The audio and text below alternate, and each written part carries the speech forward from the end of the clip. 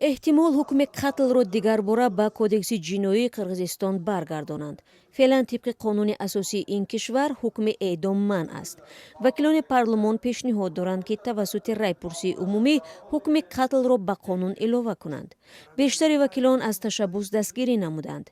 یکی از آنها اسلامبek مالیف است. ما اصرار می‌ورزیم که بجز از خداوند کسی حق از زندگی محروم کردن نفری را ندارد. پس منطقاً نفر قاتل نقش خدا را به خودش نسبت می‌دهد. مسئله در همین است. وکیل دیگر قرغیز نیز جانبداری به حکم قتل محکوم کردن شخصان کودک‌آزار یا پدافیل میباشد. به پدافیل ها هرگز نباید شانس داد. وقتی فرزند را از دست می‌دهی این از همه درد سخت است.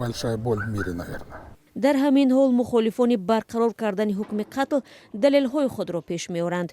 آنها میگویند کامل نبودن نظام دادگاهی قرغیزستان میتواند به حکم قتل گرفتن شخصان بیگناه سبب شود. چند پیش در ولایت جلال آباد یک نفر را با اتهام کودک‌آزاری غیر قانونی پشت پنجره انداختند. وی بعد رهایی از زندان توانست بیگناهیش را ثابت سازد. زیرا وی معیوب بود و نمیتوانست کسی را تجاوز کند، اما در صورت رایج بودن حکم قتل وی کیها در آن دنیا می بود و امکان سفید کردن خود را نمی داشت. وکیل میدر علیف هم میتواند ده حالت را از تاریخ و تجربه دولت‌های دیگر نقل کند که چگونه خطای تفتیشات و دادرس‌ها باعث به حکم قتل گرفتن شخصان بیگناه شده است.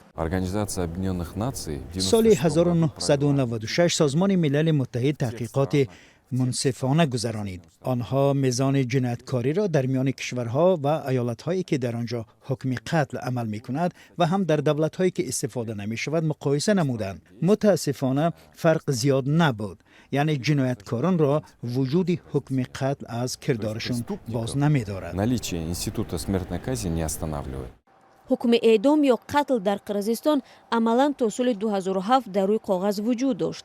دادرس‌ها چنین حکم را صادر می‌کردند اما اجرا نمی‌شد. پرزیدنت هر سال مراتوری را دراز می‌کرد تا آن دمی که 16 سال پیش جزای قتل به سال‌های طولانی زندان و یا حکم ابد عوض گردید. گزارشی که حالا دیدید چه خیلی بود؟